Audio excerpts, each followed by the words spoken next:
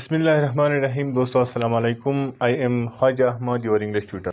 दोस्तों, जितने भी जॉब के जो टेस्ट हैं, ईटा है, एनटीएस है, एटीएस है, सीएसएस, पीएमएस, गेट्स, जो भी है, एमडी कैट है, तकरीबन सारे स्टूडेंट ऐसे हैं कि इसमें सिर्फ एक सब्जेक्ट के लिए बहुत परेशान होते हैं और वो उनके लिए इंतहाई मुश्किल होता है।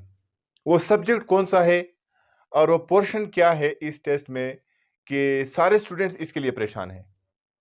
तो यकीनन इन सब में जो मुश्किल सब्जेक्ट हैं, जो मुश्किल पोर्शन है इस टेस्ट में, वो इंग्लिश है। लेकिन दोस्तों, इंग्लिश के जो क्वेश्चन इस टेस्ट में दिए जाते हैं वो इंतहाई टेक्निकल क्वेश्चन होते हैं।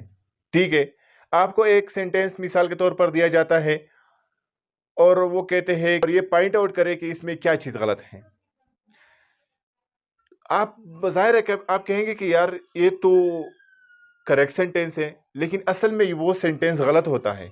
उसमें एक छोटा सा नुक्ता होता है जो रॉन्ग होता है, आपने उसी नुक्ते को पॉइंट आउट करना होता है। तो यकीनन ये छोटे छोटे जो नुक्ते होते हैं वो बहुत ही मुश्किल होते हैं कि इसको कैसे पॉइंट आउट करें।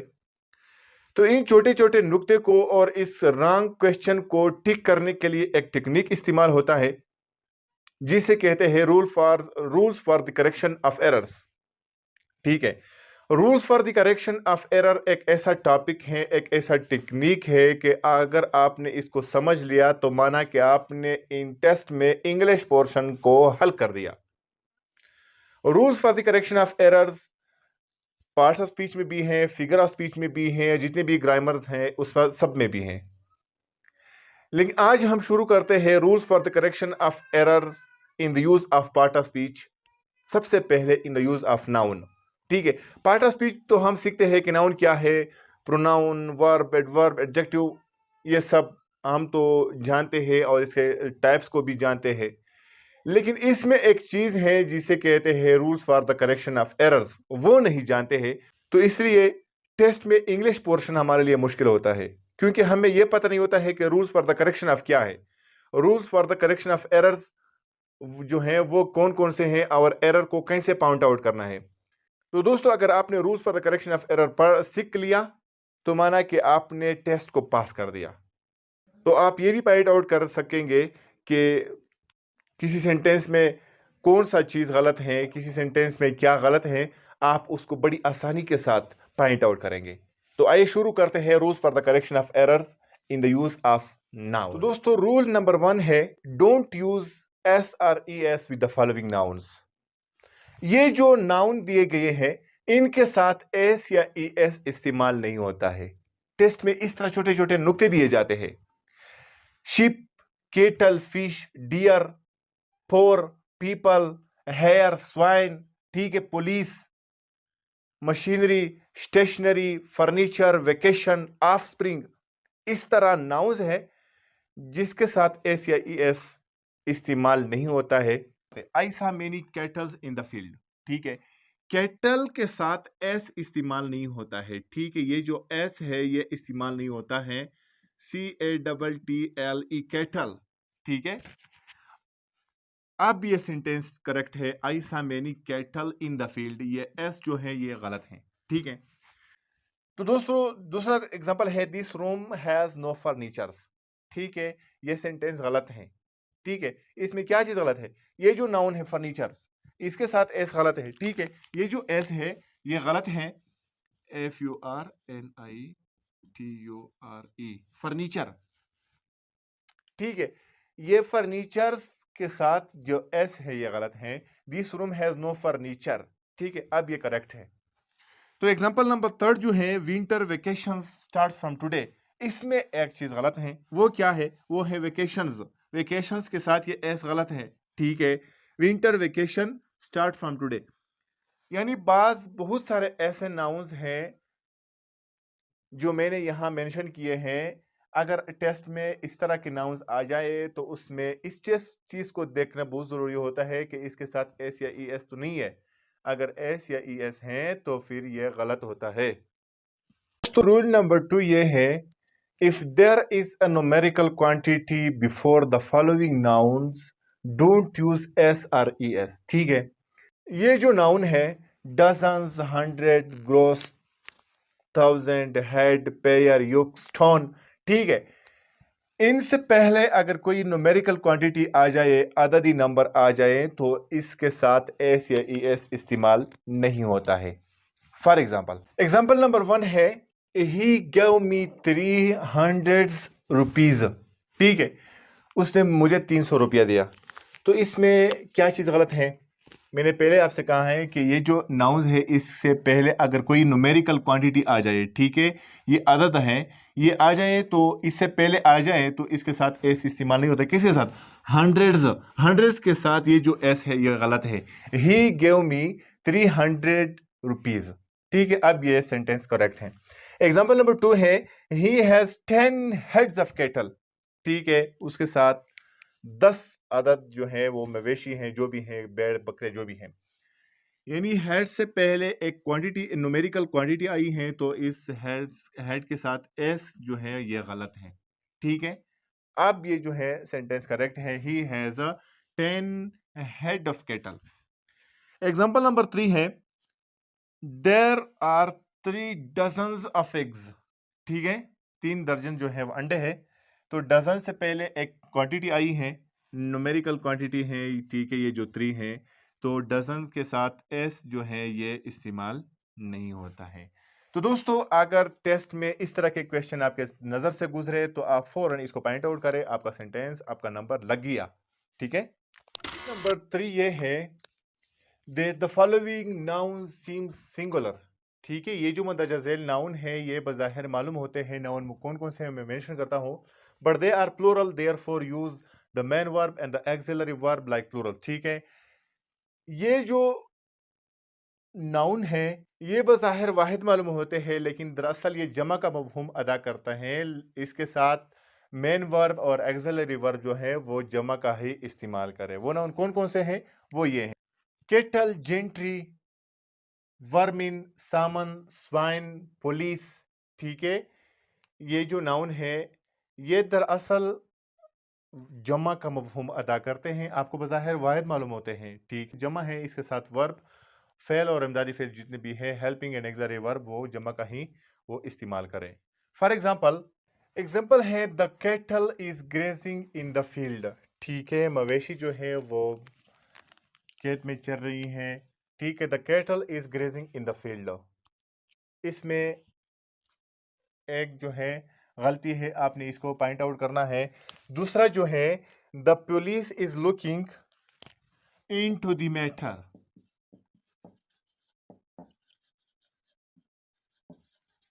ठीक है, पुलिस जो है इस मामले को देख रही है, इस मामले की तहकीकात कर रही है, ठीक है। आपने इसको भी पॉइंट आउट करना है कि इसमें क्या चीज़ गलत है। The police is looking into the matter, ये जो पहला क्वेश्चन एग्जाम्पल है इसमें यही चीज़ गलत है, ठीक है।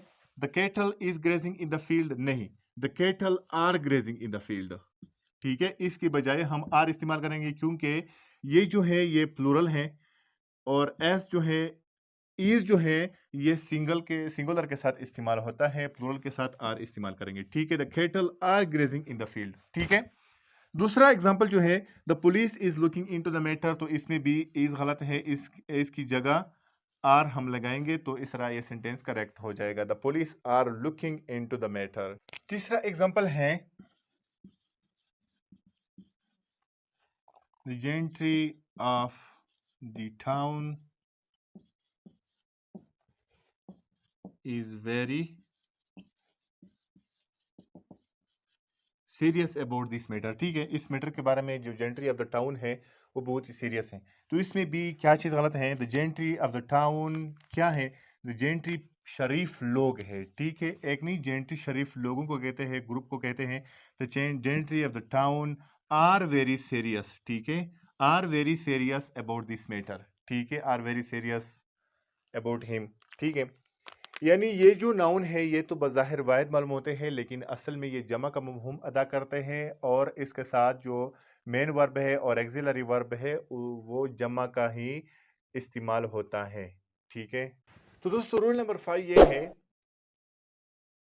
कि ये जो नाउन्स है, ठीक है, न्यूज़ है, वेजेस है, पॉलिटिक्स है, इकोनॉमिक्स है, ठीक है, फिजिक्स है, मैथमेटिक्स है, ऑर्डर्स हैं, ठीक है, ये जो है ये बज़ाहिर जमा मालूम होते हैं आपको, लेकिन ये असल में वाहिद है।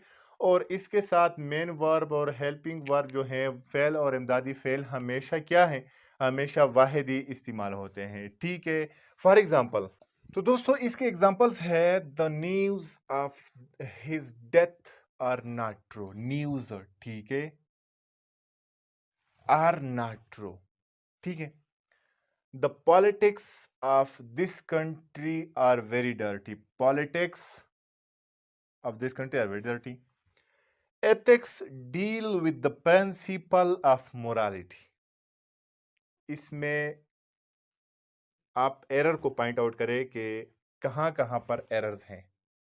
यानी नाउन जो है, नाउन इसके साथ जो है वर्ब और फेल और इमदादी फेल जो है ये वाहिद इस्तेमाल होते हैं। कौन कौन से हैं, तो आइए देखते हैं। The news of his death are not true, ठीक है। न्यूज़ जो है हमने पहले पढ़ा है, हम पहले पढ़ चुके हैं कि ये जो है ये सिंगुलर है, ठीक है, और सिंगल के साथ प्लूरल इस्तेमाल हुआ है, ठीक है। ये जो है the news of his death is not true, ठीक है, आर गलत है, ठीक है। The news of his death is not true, ठीक है। एग्जाम्पल नंबर 2 है, the politics of this country are very dirty, ठीक है, बहुत गंदे हैं ये जो हमारे मुल्क के पॉलिटिक्स। इसमें क्या चीज़ गलत है, द पॉलिटिक्स, ठीक है, ये सिंगुलर है, of this country are very dirty, इसकी आर के बजाय हम इज इस्तेमाल करेंगे, ठीक है। The politics of this country are very dirty. Example number 3 जो है ये है, ethics deal with the principle of morality, ठीक है। एथिक्स ये सिंगुलर है और डील, ठीक है, इस चीज में थोड़ा कंफ्यूजन है। Ethics deal with the principle of morality, ethics deal, D deals, ठीक है, डील के साथ एस लगाएंगे तो सिंगुलर बन जाता है। Ethics deals with the principle of morality, तो अब यह सेंटेंस करेक्ट हो गया, ठीक है। इस तरह ये जो नाउन है, ठीक है, आप देख सकते हैं इसके साथ फेल यानी verb, main verb, axillary verb जो है ये हमेशा सिंगुलर के ही इस्तेमाल होते हैं। तो रूल नंबर 6 ये है कि अगर कलेक्टिव नाउन के तमाम अफराद आपस में मुत्तफिक हैं, ठीक है, if all the members of the collective number are agree among themselves, अगर तमाम अफराद आपस में मुत्तफिक हैं तो उस कलेक्टिव नाउन के बाद आप वर्ब जो है, मेन वर्ब है या एक्सिलरी वर्ब है, वो सिंगुलर ही इस्तेमाल होता है, वाहिद ही इस्तेमाल होता है। और अगर कलेक्टिव नाउन के तमाम अफराद आपस में मुत्तफिक नहीं हैं तो आप फेल और इमदादी फेल यानी helping verb and axillary verb जो है वो प्लूरल ही इस्तेमाल करेंगे। फॉर एग्जाम्पल, यानी हम पहले पढ़ चुके हैं कि कलेक्टिव नाउन के अगर तमाम अफराद आपस में मुत्तफिक हैं तो उसके साथ वर्ब, फेल और इमदादी फेल जो है वो जमा का ही इस्तेमाल होता है, वो सिंगुलर ही इस्तेमाल होता है। और अगर आपस में मुत्तफिक नहीं है तो वर्ब जो है वो प्लूरल ही इस्तेमाल होगा। तो ये क्या है, ये मुत्तफिक है, the jury were unanimous in their verdict. तो इसमें क्या होगा, यानी अगर मुत्तफिक हैं, अगर वो एग्री हैं तो उसके साथ फेल वर्ब जो है वो सिंगुलर ही इस्तेमाल होगा। The jury was unanimous in their verdict, एक वाज है, वर की जगह वाज आएगा, the jury was unanimous, in their verdict नहीं आएगा, इन इट्स वर्डिक्ट, ठीक है, दियर की जगह इट्स आएगा, the jury was unanimous in its verdict, ठीक है। ये सेंटेंस अब करेक्ट हो गया। सेंटेंस नंबर 2 है, एग्जांपल जो है, the jury was divided in its verdict, अपने फैसले में हर एक अपना अपना फैसला था, ठीक है, वो मुताफिक नहीं थे। तो अगर वो डिसएग्री हैं तो उसमें हम क्या इस्तेमाल करेंगे, तो उसमें हम वर्ब जो है वो प्लूरल ही इस्तेमाल करेंगे। द जूरी वाज की जगह हम क्या करेंगे, वाज की जगह हम वर इस्तेमाल करेंगे। डिवाइडेड इन इट्स की बजाय हम दियर ही यूज करेंगे, the jury were divided in their verdict, ठीक है। एग्जाम्पल नंबर 3 है the committee is divided on a minor point. इसमें क्या आएगा? तो इसमें इसकी जगह क्या आएगा? आर आएगा। The committee are divided on a minor point. ठीक है, अगर वो डिसएग्री हैं तो उसमें वर्ब क्या आएगा? वर्ब प्लूरल ही इस्तेमाल होगा। ये आर जो है प्लूरल के लिए इस्तेमाल होगा।